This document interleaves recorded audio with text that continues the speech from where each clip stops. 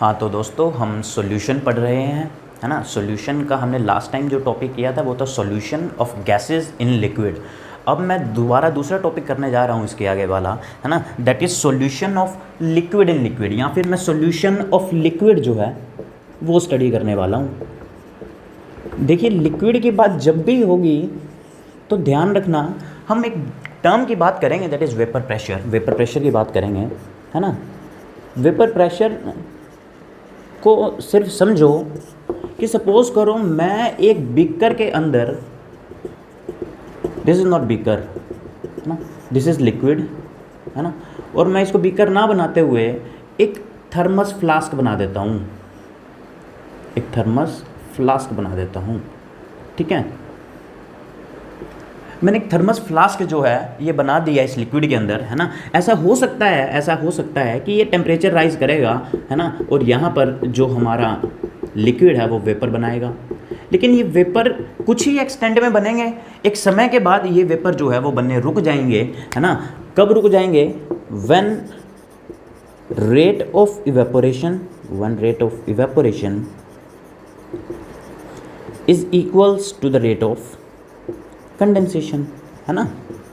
अगर जो लिक्विड मेरा वेपर में चेंज हो रहा है, अगर इवेपोरेशन की रेट और जो ये वेपर है ये फर्दर लिक्विड में चेंज होते हैं, उसको मैं कंडेंसेशन बोलता हूँ, तो अगर रेट ऑफ कंडेंसेशन इक्वल हो जाता है तो यहाँ पर इक्विलिब्रियम एस्टैब्लिश हो जाएगा, इक्विलिब्रियम। और इस इक्विलिब्रियम के एस्टैब्लिश होने के बाद जो वेपर यहाँ पर प्रेजेंट हैं, ये वेपर जो फर्दर प्रेशर बनाएंगे या प्रेशर लगाएंगे, है ना, that is called vapour pressure, that is called vapour pressure, है ना। तो वेपर प्रेशर की अगर डेफिनेशन आप लिखना चाहो तो आप लिख सकते हो कि the pressure exerted by this vapours, है ना, when rate of evaporation is equal to the rate of condensation, है ना, ऑफ एनी लिक्विड, ठीक है। आप ऐसा वेपर प्रेशर की डेफिनेशन को लिख सकते हो, है ना। वेपर प्रेशर जो है ये दो फैक्टर्स पे डिपेंड करेगा, that is one is temperature and other is the nature of liquid, है ना, जो भी हमारा नेचर ऑफ लिक्विड है। अच्छा, कैसे करेगा ये? नेचर ऑफ लिक्विड की अगर मैं बात करूं, हम जानते हैं कि अगर मेरे पास फोर्स ऑफ अट्रैक्शन, सपोज ये लिक्विड है, ये एक लिक्विड है, ये दूसरा लिक्विड है ना। अगर इस लिक्विड की फोर्स ऑफ अट्रैक्शन कम है, या फिर मैं बोल दूं कि यहां पर वीकर बॉन्ड्स है ना, वीकर बॉन्ड्स,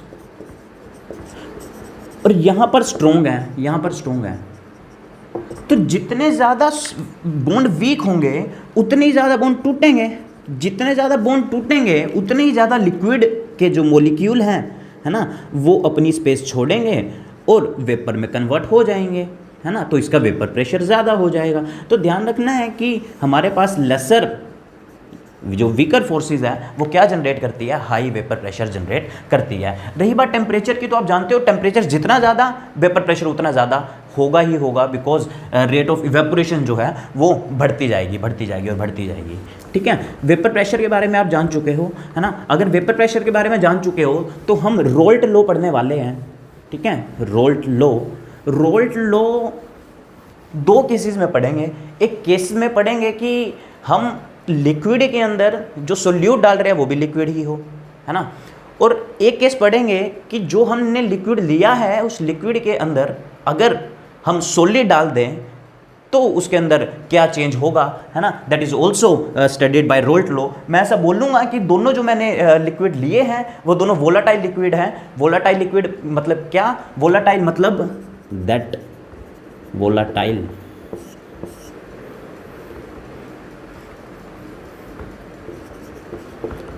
ठीक है, जो भी गैसेस, जो भी लिक्विड वेपर में कन्वर्ट हो सकते हैं,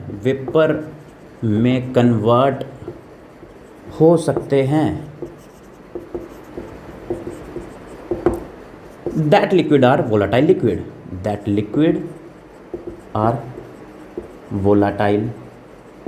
लिक्विड, तो ध्यान रखना। अच्छा, जो हमने हेनरी लॉ पढ़ा था उसके अंदर भी हमने दोनों लिक्विड जो लिए थे, है ना, सॉरी, जो लिक्विड लिया था वो वोलेटाइल ही था।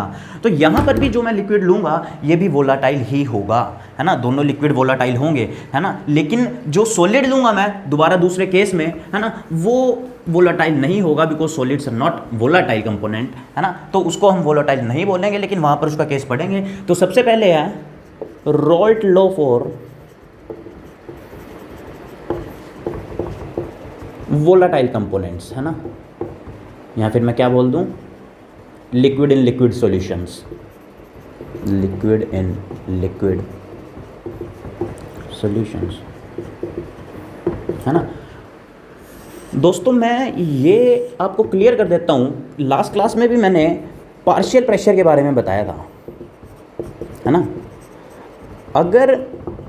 अगर मेरे पास जो मैंने अभी थर्मस फ्लास्क ली थी, अगर उसके अंदर मैं एक लिक्विड ना डालने की बजाय दो लिक्विड डाल दूँ, सपोज मैंने इसके अंदर दो लिक्विड डाल दिए, ए और बी, उनको ऐड कर दिया, तो वेपर तो ये दोनों बना रहे होंगे ना। अब अगर ये वेपर दोनों बना रहे हैं, यहाँ पर भी इक्विलिब्रियम एस्टैब्लिश होगा। इक्विलिब्रियम के एस्टैब्लिश होने के बाद जो यहाँ पर इस लिक्विड के मॉलिक्यूल भी गैस में है, इसके भी गैस में है, तो ये भी वेपर प्रेशर बनाएंगे, ये भी।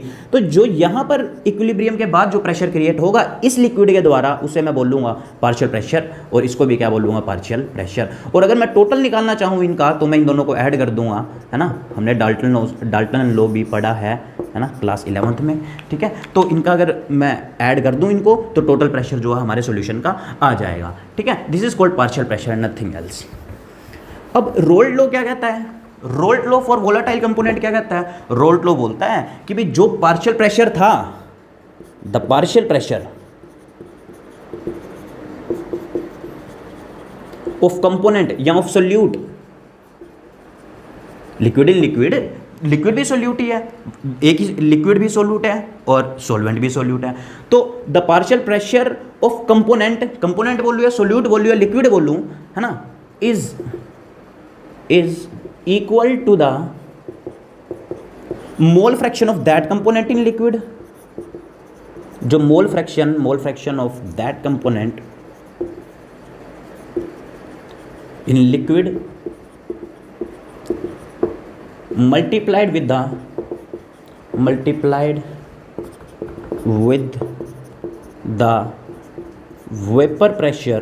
vapor pressure of pure liquid. क्या बोल रहा है वो ये बोल रहा है कि पार्शियल प्रेशर जो है वो किसके इक्वल होगा? पार्शियल प्रेशर इक्वल होगा किसके? मोल फ्रैक्शन के। भाई इसका कितना मोल फ्रैक्शन लिया है? ये जो मैंने थर्मस फ्लास्क ली थी, इसके अंदर दो गैसेस मैंने डाल दी, सपोज दो लिक्विड मैंने डाल दिए यहाँ तक, ए और बी, है ना। इसकी गैस ने जो बाद में वेपर प्रेशर बनाया वो पी ए था, इसकी गैस ने जो बनाया वो पी बी था। अभी तो ये मिक्स हो चुकी हैं, कोई बात नहीं, है ना। लेकिन अच्छा, मैं अगर ये स्टडी करूँ कि अगर ये लिक्विड अलग खुद ही एक अलग कंटेनर में होता, प्योर होता, और ए यहाँ होता, तो ये जो बाद में इक्विलिब्रियम अटेन करके जो इसका प्योर प्रेशर होता, that is called P note. मैं उसको किससे दिखाऊंगा? पी नोट से दिखाऊंगा, और पी नोट मैं यहाँ पर मल्टीप्लाई कर दूंगा, ठीक है। This is P A. What is P note? P note is the vapour pressure of pure liquid या प्योर सॉल्वेंट, है ना। मैं सॉल्वेंट भी बोल सकता हूँ। ये ए का था, अगर मैं बी का लिखूँ, ये बी का हो जाएगा, ठीक है। तो पार्शियल प्रेशर की जो टर्म्स हैं वो मोल फ्रैक्शन और हमारा जो प्योर सॉल्वेंट का जो पार्शियल प्रेशर है उसका मल्टीप्लिकेशन होती है, ठीक है। अगर मैं यहाँ से टोटल प्रेशर निकालना चाहूँ तो P is equals P A plus P B होता है। This is x A P nought, this is x B P nought, है ना। हम ये जानते हैं that total mole fraction will always be 1। So X B को अगर मैं 1 माइनस एक्स से लिख दूँ, ये यहाँ पर पुट कर दूँ, कोई खास फर्क नहीं होगा। मैंने एक्स बी पुट किया है तो मैं एक्स बी लेके आऊँगा। X B is what? 1 minus x A P naught. This comes out to be x A P naught plus P naught minus x A P naught. X A को मना जाएगा, ये कट गया, P is equals P not.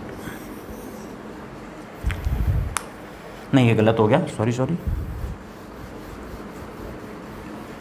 ये हमारा partial pressure यहाँ पर एक्स ए पी नोट आ चुका है plus P note A, this is P nought B, है ना। अब करो यहाँ पर इसको 1 minus X B, this is P note A plus X B P nought B, P note A minus P note A X B plus X B P nought B, है ना। P note A minus X B मैंने ले लिया, ये अंदर क्या आ गया, minus यहाँ से कॉमन लिया है, एक्स बी कॉमन लिया तो अंदर क्या बचा, P note A minus P nought B. अच्छा देखो टोटल प्रेशर जो आया है ये तो वैसे भी क्या है, कांस्टेंट है, पी नोट ए, पी नोट बी और पी नोट ए, ये तो वैसे भी कांस्टेंट है। तो जनरली जो टोटल प्रेशर आया है वो X B mole fraction of the solute पर ही डिपेंड करता है ना, mole fraction of the solute पर ही डिपेंड करता है। तो ये बात ध्यान रखनी है ना। This is the Raoult law, है ना, Raoult law for the volatile component, है ना। उसके बाद हम एक चीज़ और स्टडी करते हैं, मान लो मैं इसको रब कर देता हूँ,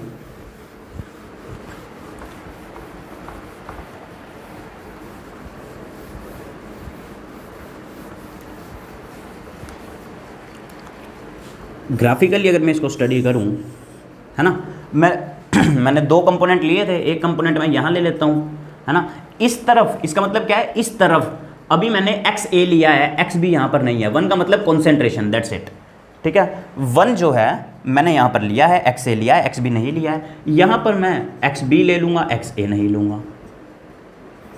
अब आप खुद सोचिए, अगर यहाँ पर एक्स ए है, एक्स बी है ही नहीं, तो क्या सिर्फ यहाँ पर प्रेशर जो है वो पी नोट होगा, P note A, that's it. मैं मान लूँ पी नोट ए की इतनी लिमिट है, ये इतना है ग्राफ में, यहाँ पर एक्स बी है तो ओनली पी नोट बी होगा, मैं बोल देता हूँ कि पी नोट बी यहाँ तक है, ठीक है। अब देखो ये जो बनेगा, ये जो पी नोट ए और एक्स बी का जो ग्राफ बनेगा, that is what, that is P naught A X B, okay, and this is what, P naught B X A, and this is the total. What is total? P is equals P A plus P B. This is P A, this is P B. Okay तो graph इस तरीके से होते हैं, ठीक है। अच्छा अभी तो यहाँ पर ये जो है एक स्ट्रेट लाइन है, लेकिन ज़रूरी नहीं है कि हर बार ये स्ट्रेट लाइन होगी, है ना। ये एक पॉजिटिव डेविएशन भी हो सकता है, एक नेगेटिव डेविएशन भी हो सकता है ना, ये हम आगे पढ़ेंगे।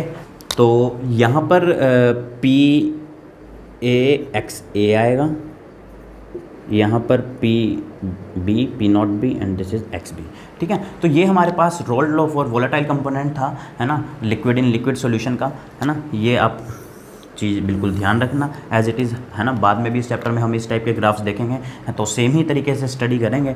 अभी इसको मैं रफ कर देता हूँ, है ना। तो अभी ये आपने देखा कि जो अगर लिक्विड को लिक्विड में मिला दिया जाए तो उसका जो वेपर प्रेशर है ना, वो उसके मोल फ्रैक्शन पे डिपेंड करता है। अगर मैं मोल फ्रैक्शन को ये था प्रेशर की टर्म में लिखूं तो ये लिखा जाएगा, ठीक है। क्या ये पी टोटल है, दिस इज पी टोटल, है ना, दिस इज पी टोटल। अगर पी ए लिखूं या इसको पी नोट ए लिख दूं, क्या दिक्कत है, प्योर फॉर्म का है। So this is x A is equals P note A by P T या फिर पी टोटल, है ना। So P total x A is equals P note A, है ना। ये जो है हमारी इक्वेशन बनती है, ठीक है। कब, जब हमारा जो मोल फ्रैक्शन है वो किसके इक्वल हो, है ना, वो डिपेंड करता हो प्रेशर पर, ठीक है। तो हमने जस्ट अपोजिट कर दिया इक्वेशन को एंड नथिंग एल्स, ठीक है बच्चों। अब हम चलते हैं, that is Raoult law for the non volatile component. अगर मैं हमारा जो सोल्यूट है उसको क्या ले लूँ, सॉलिड ले लूँ। अच्छा लिक्विड इन लिक्विड का कोई एग्जाम्पल लेना है तो क्या ले सकते हैं, लिक्विड इन लिक्विड, दोनों कंपोनेंट कैसे होने चाहिए, वोलेटाइल होने चाहिए। तो आप क्या डाल सकते हो, आप डाल सकते हो बेंजीन प्लस टोल्यूइन डाल सकते हो, और क्या डाल सकते हो, क्लोरोफॉर्म डाल सकते, कार्बन टेट्राक्लोराइड डाल सकते हो, carbon tetra chloride plus ethanol, है ना, इस टाइप के डाल सकते हो आप। तो ध्यान रखना है दोनों जो कंपोनेंट है वो वोलेटाइल होने चाहिए इस टाइप के सॉल्यूशन निकालने के लिए। ठीक है। उसके बाद हम नॉन वोलेटाइल कंपोनेंट पे चल रहे हैं। नॉन वोलेटाइल कंपोनेंट पे मैंने सॉलिड लिया है ना। इसका मतलब क्या है कि अब मैं जो हमारे बीकर में लूँगा है उसमें कहीं ना कहीं क्या लेने वाला हूँ, सोल्यूशन लेने वाला हूँ, सोल्यूशन लेने वाला हूँ।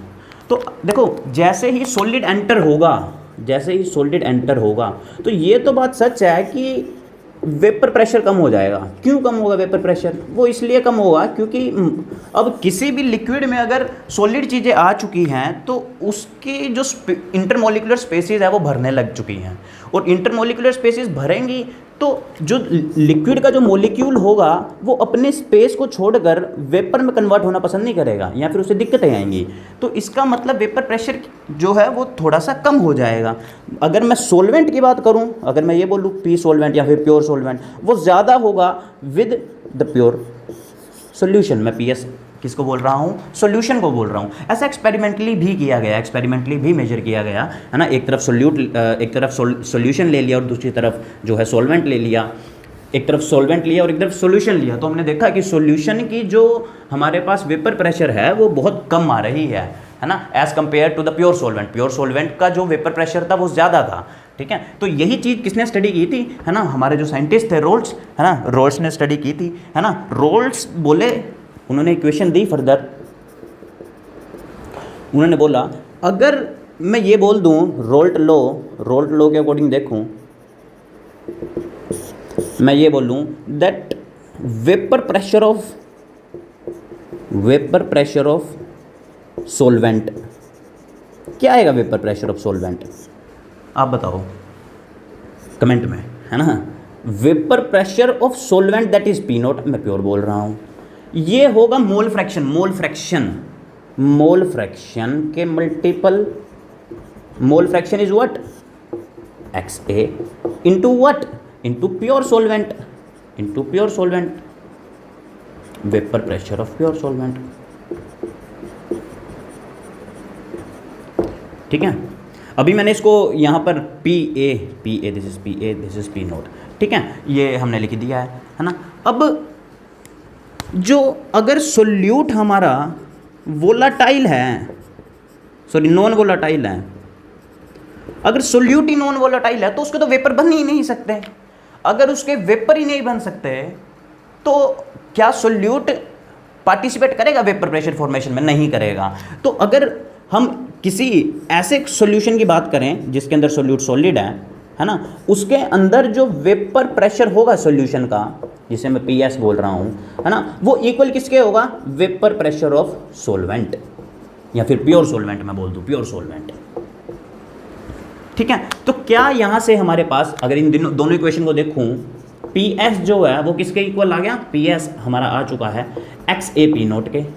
XA जब मैंने निकाला वो आ गया PS बाय P नोट, है ना। तो क्या आ चुका है हमारे पास कि हमारा जो प्रेशर है ना सॉल्यूशन का, और अगर मैं उसको डिवाइड कर दूं किससे? प्रेशर ऑफ प्योर सॉल्वेंट से, है ना, हमें वो क्या देगा? मोल फ्रैक्शन देगा, ठीक है। इस मोल फ्रैक्शन को मैं फर्दर चेंज कर सकता हूं। कैसे मैं चेंज कर सकता हूं? देखो,